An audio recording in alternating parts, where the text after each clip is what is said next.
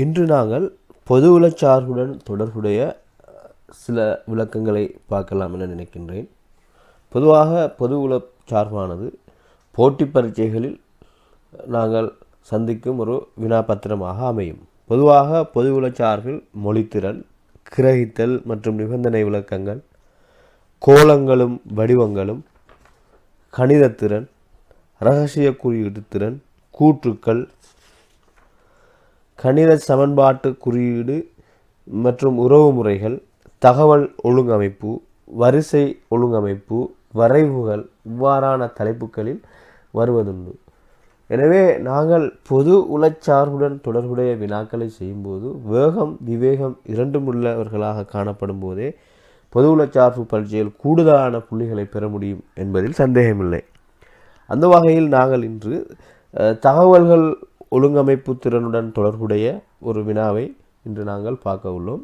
இவ்வாறான வினாக்கள் வரும்போது எவ்வாறு இலகுவாக நாங்கள் அணுகுவது, எவ்வாறு இலகுவாக அணுகும்போது நாங்கள் கூடுதலான புள்ளிகளை பெற்றுக்கொள்ள முடியும் என்பதே இக்காணொலியின் பிரதான நோக்கமாக அமைகின்றது. எனவே இங்கு வினாக்கள் காட்சிப்படுத்தப்படும் போது, அதாவது தரவுகள் காட்சிப்படுத்தும் போது தரவுகளை உங்கள் பயிற்சி கோப்பிகளில் குறித்து கொள்வதன் ஊடாக இந்த வினாவை நீங்கள் மிகவும் இலகுவாக விளங்கக்கூடியதாக அமையும் என நினைக்கின்றேன்.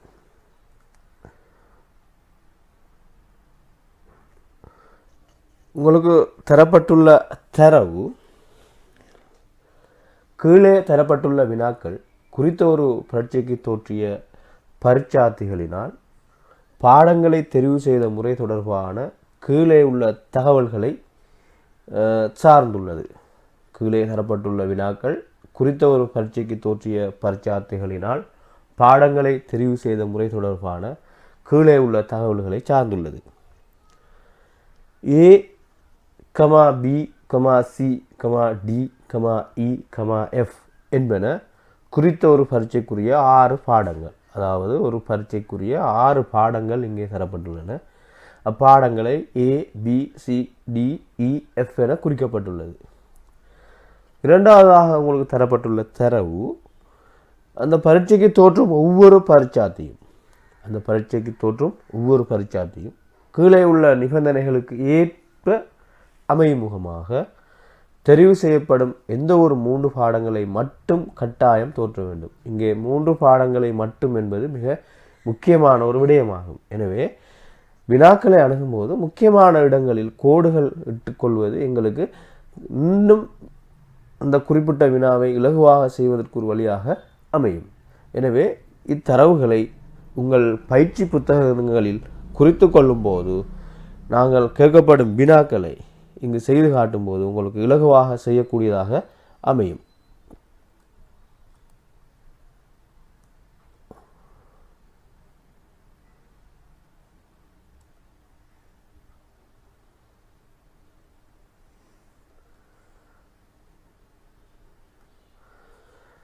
இங்கு அடுத்ததாக தரப்பட்டுள்ள தரவு,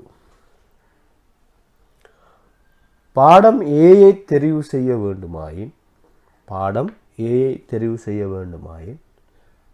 பியையும் தெரிவு செய்தல் வேண்டும். இவ்வாறே பாடம் பியை தெரிவு செய்ய வேண்டுமெனில் பாடம் ஏயையும் தெரிவு செய்தல் வேண்டும். பாடம் ஏயை தெரிவு செய்ய வேண்டுமாயின் பாடம் பியை தெரிவு செய்ய வேண்டும். அவ்வாறே பாடம் பியை தெரிவு செய்ய வேண்டுமாயின் பாடம் ஏயை தெரிவு செய்ய வேண்டும். பாடம் ஏயை தெரிவு செய்ய வேண்டுமாயின் பாடம் ஈயை தெரிவு செய்ய முடியாது.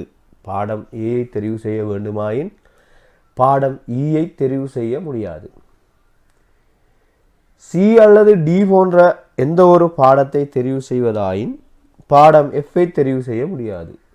சி அல்லது டி போன்ற எந்த ஒரு பாடத்தை தெரிவு செய்வதாயின் பாடம் எஃப்ஐ தெரிவு செய்ய முடியாது.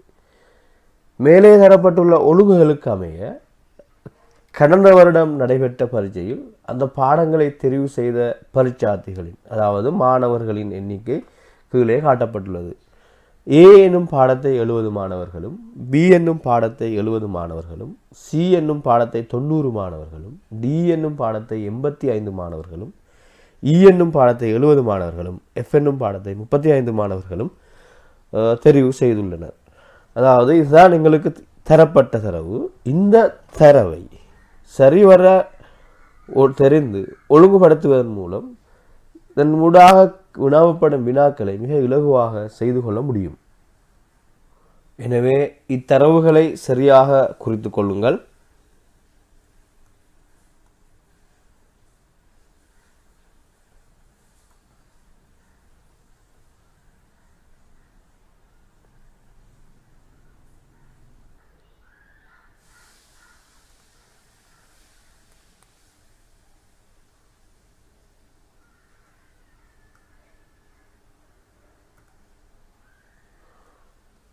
இதுதான் உங்களுக்கு தரப்பட்ட தரவு.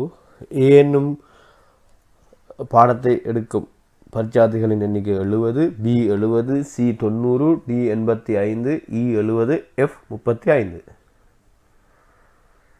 நாங்கள் இங்கு தரவுகளை ஒழுங்குபடுத்தும் முறையை தற்பொழுது பார்ப்போம். எங்களுக்கு பாடம் தரப்பட்டுள்ளது.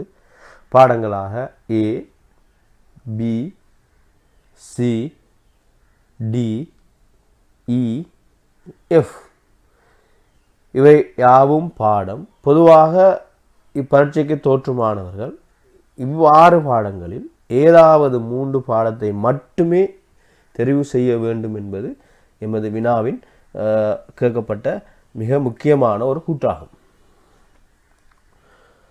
ஆகவே அந்த வகையில் மற்ற 2 பாடங்களும் எவ்வாறு அமைய வேண்டும் என்பதை எங்களுக்கு தரப்பட்ட தரவின் ஊடாக நாங்கள் தற்பொழுது காண்போம். எனவே நீங்கள் எழுதிக்கொண்ட தரவுகளை தற்பொழுது பார்க்குமாறு கேட்டுக்கொள்கிறேன். மற்ற 2 பாடங்கள் எங்களுக்கு தரப்பட்ட முதல் தரவு பாடம் ஏயை தெரிவு செய்ய வேண்டுமாயின் பாடம் பியை தெரிவு செய்ய வேண்டும்.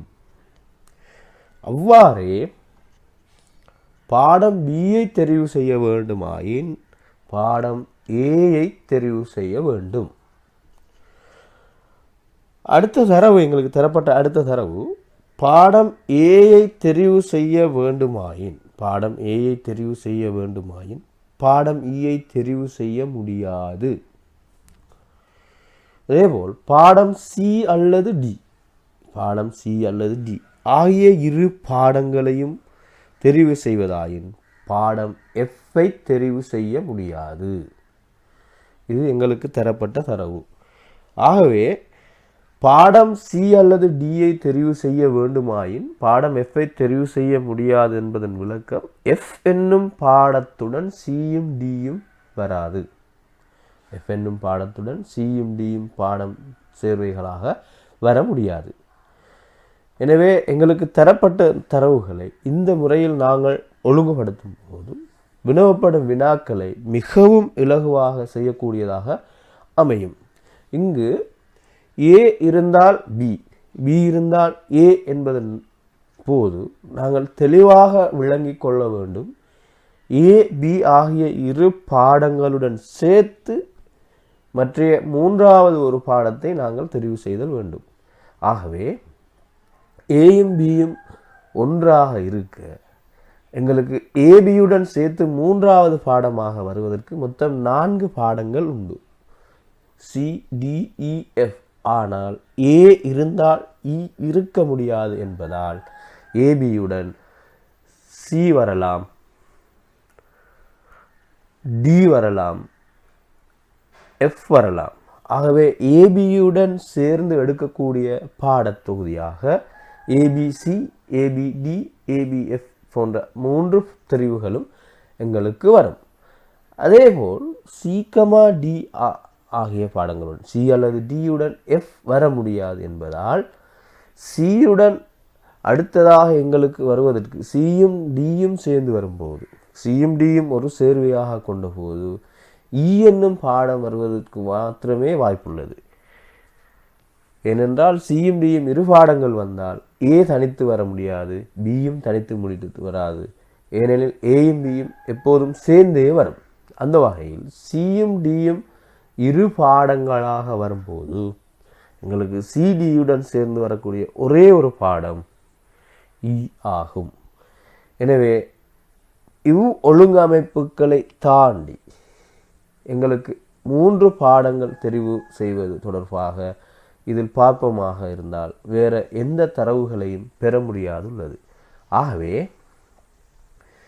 பாடங்களை தெரிவு செய்யும் ஒன்றுக்கொன்று வேறுபட்ட முறைகளாக நாங்கள் எடுப்போமாக இருந்தால் ஏபிசி, ஏபிடி, ஏபிஎஃப், ஏசிடிஇ என்னும் இந்த 4 வெவ்வேறு ஒன்றுக்கொன்று வேறுபட்ட முறைகளை மட்டுமே நாங்கள் எங்கள் பாடத்தெரிவாக எடுக்க முடியும். இப்போது இந்த பாடங்களை எடுக்கும் மாணவர்களின் எண்ணிக்கையை நாங்கள் பார்ப்போம். இங்கே இ என்னும் பாடத்தெரிவு ஒரே ஒரு பாடத்தெரிவாக மாத்திரம் உள்ளதால் இ என்னும் பாடங்களை எடுக்கும் மாணவர்களின் எண்ணிக்கை 70. ஆகவே சிடிஇ ஆகிய இந்த 3 பாடத்தொகுதியை மட்டும் எடுக்கும் மாணவர்களின் எண்ணிக்கை 70ஆக காணப்படும். அவ்வாறு எஃப் என்னும் பாடத்தை எடுக்கும் மாணவர்களின் பாடத்தெரிவு ஒரே ஒரு இடத்தில் மாத்திரம் இருப்பதால் ஏபிஎஃப் என்னும் தொகுதிக்குரிய மாணவர்களின் எண்ணிக்கை 35ஆக காணப்படும். அதேபோல் ஏபிடியை நாங்கள் பார்ப்போமே ஆனால் ஏபிடியில் டி ஏலவே எங்களுக்கு தரப்பட்டுள்ளது. டியில் மொத்தம் 85 மாணவர்கள் உள்ளனர். ஏற்கனவே 70 மாணவர்கள் டி என்னும் பாடத்தை தேர்ந்து விட்டார்கள். ஆகவே மீதமாக உள்ள 15ஐ ஏபிடி என்னும் பாட தெரிவை உடைய மாணவர்களும், அவ்வாறே சி ஏற்கனவே எங்களுக்கு 70 மாணவர்கள் எடுத்து விட்டதால் ஏபிசி என்னும் பாடத்தெரிவு சியில் மொத்தம் எங்களுக்கு 90 உள்ளது. ஆகவே ஏபிசி என்னும் தெரிவு 20 மாணவர்களை கொண்டதாகவும் அமையும். எனவே மொத்த மாணவர்களின் எண்ணிக்கையை நாங்கள் இங்கே பார்ப்போமாக இருந்தால், மொத்தமாக பரீட்சைக்கு தோற்றிய மாணவர்களின் எண்ணிக்கையை நாங்கள் பார்ப்போமாக இருந்தால் ஏபிசி என்னும் பாடத்தெரிவுகள் 20 மாணவர்களும், ஏபிடி என்னும் பாடத்தெரிவு 15 மாணவர்களும், ஏபிஎஃப் என்னும் பாடத்தெரிவு 35 மாணவர்களும், சிடிஇ என்னும் பாடத்தெரிவு 70 மாணவர்களும் எடுத்துள்ளனர். ஆகவே மொத்தமாக இப்பரீட்சைக்கு தோற்றிய மாணவர்கள் 140 ஆகும். எனவே தரப்பட்ட தரவுகளை இவ்வாறு இலகுவாக நாங்கள் வகை குறிப்பதன் ஊடாக வினவப்படும் வினாக்கு மிக இலகுவாக விடை அளிக்க முடியும் என்பதில் எவ்வித சந்தேகமும் இல்லை. இனி இதில் நாங்கள் வினவப்பட்டுள்ள வினாக்களை பார்ப்போம். இங்கு இவ்வாறான தரவுகள் தரப்படும் போது வினாத்தாளில் 5 வினாக்கள் வினவப்படும். எனவே தரவுகளை நாங்கள் சரியாக ஒழுங்குபடுத்துவதன் ஊடாக 5 வினாக்களையும் பிழையின்றி புள்ளிகளை பெற்றுக்கொள்ள முடியும். அந்த வகையில்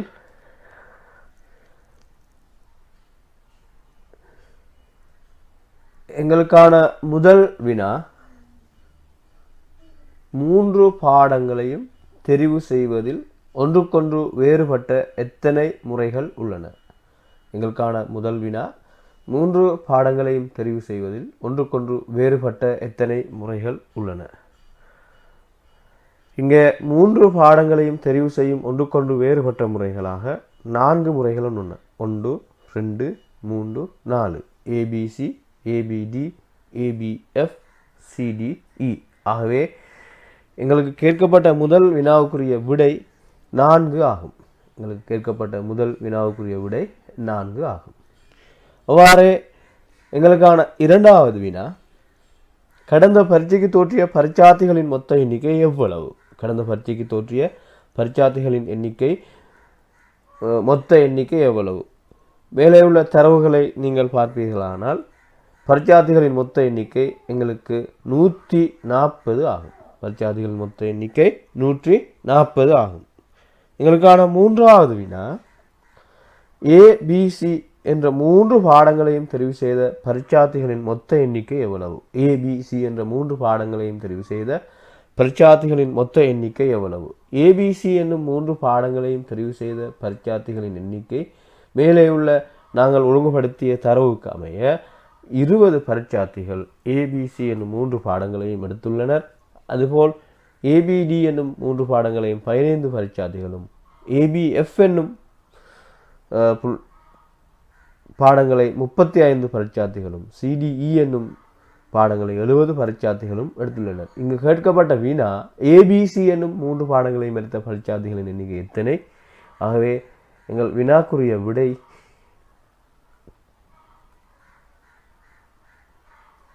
20 ஆகும்.